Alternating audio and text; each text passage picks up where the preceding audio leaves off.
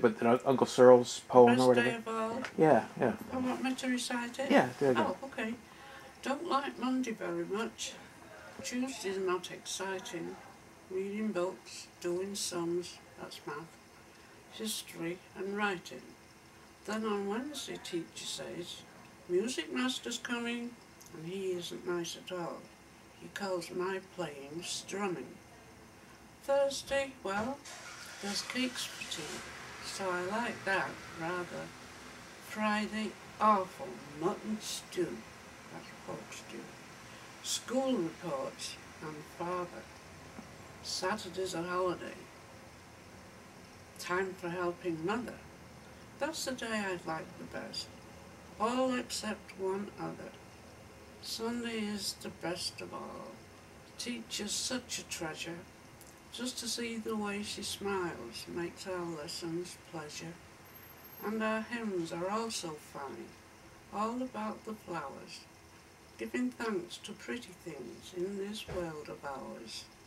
Well, while I am giving thanks, this my small petition, help me, Lord, to follow Rakes in his splendid mission. Help me to be grateful too for the work he started and the greater joys in life by Sunday school imparted. Like that? Very nice. I didn't actually learn that. Cyril recited that at church and Good Templars and all the other organisations we went to so often. Wow. You know, it's something like you hear every day. Yeah. Now Now that was his poem. You said you had one too, right? My poem was the story of Little Suckthumb. One day, Mama said, Conrad dear, I must go out and leave you here. But mind now, Conrad, what I say. Don't suck your thumb while I'm away. The great tall tailor always comes to little boys who suck their thumbs, and before they know what he's about, he takes his great sharp scissors out and cuts their thumbs clean off. And then, you know, they never grow again. Mama had scarcely turned her back. The thumb was in. Alack, alack, the door flew open, in he ran, the great long red-legged scissor man. Children, see, the tailor's come and caught our little suck thumb. Snip, snap, snip, the scissors go, and Conrad cries out, oh, oh, oh. They snipped so fast till both his thumbs were off at last. Mama comes home. There Conrad stands. He looked quite sad and showed his hands. Aha, said Mama, I knew he'd come, to naughty little sucker-thumb. Very good. That one was mine. I love that. Norma had one, and it was a long one, but instead of rhyming, it was more like a story. And I could never memorise it from when she said it because it was so long. And she did memorise it. Only after I'd memorised mine, and then she realised how neat it was to know that, memorise something like that that was long enough to, when you had to give them talk, for example, at church, Sunday school. Yeah. Wow. And so she learned one, and I cannot remember it. It was just like a story. It wasn't in rhyme. That's probably why I couldn't memorise it from her. It was a story. I know somewhere along it came. Looked in the fields and all the something had eaten, birds had eaten all the corn. It was a farmer's story about the farm that he'd built and grown all this stuff. And one day he went out and the crows or birds or whatever had eaten all his corn. That was the basic story, but it was a long one, and it wasn't in rhyme, it was a story.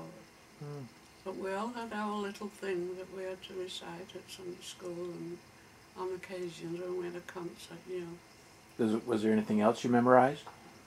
I think they're the only two that come to mind. I'm sure there was a lot, because I was really wanting to memorise it. But at the moment, they're the ones that always come to my mind. And I never even tried to memorise Norma's. And she only did that after everybody kept wanting to hear my too. So she thought, well, that's a good idea. So she learned this one, and it was not in rhyme, it was more of a little story. Hmm. So I never memorised it. Tell me again about that movie that made you want to learn shorthand and all that. I can't remember the title of it at all, but it was a story of a young girl that needed a job. Let me see, how did it start? Do you remember anything about the starting of it? I don't. You told to me a couple of years ago, but I can't remember it. But I know that's how you got started into wanting to learn shorthand and be able to do what this girl did.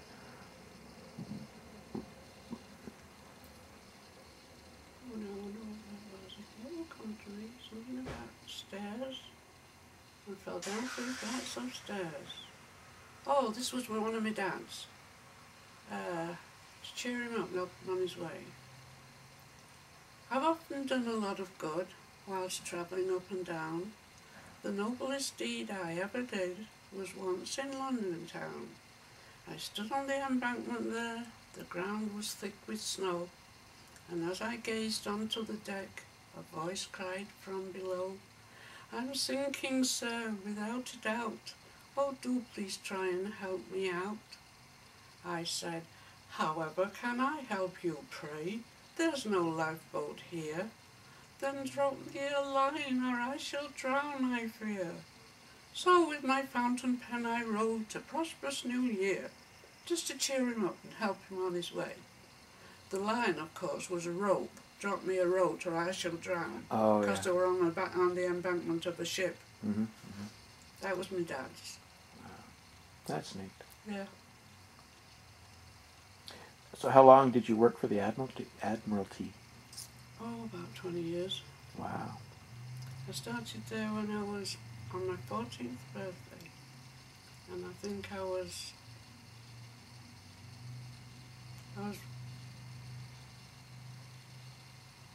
married. I was still there when I was married when I was 23. Anyway, Yeah. when I was 65. No, you retired from Cal State Fullerton. Oh, that's right. I was there until I emigrated. Yeah. Yeah. And I was there all the rest of my life once I started. Mm-hmm. A good job. So what were your duties? What did you do in that job? And where was I at?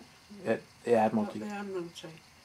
A shorthand, typist, clerical, everything. Mm. I could run the whole office, which I very often did. Oh, yeah. Yeah. Wow. I mean, there were people higher than me. But everyone used to come to me, even the big wigs used to send the secretaries down, check on things for me to make sure everything was right. Mm. Amazing. Yeah. And all I had was my regular grade school, which you graduated at 14. Mm-hmm. And I didn't wait till the end of the school year of my 14th year. On my 14th birthday, I just never went back to school. I told myself, I'm 14. I had no idea that there was a school year, considered a school year ending, which was in June. I just never went back to school.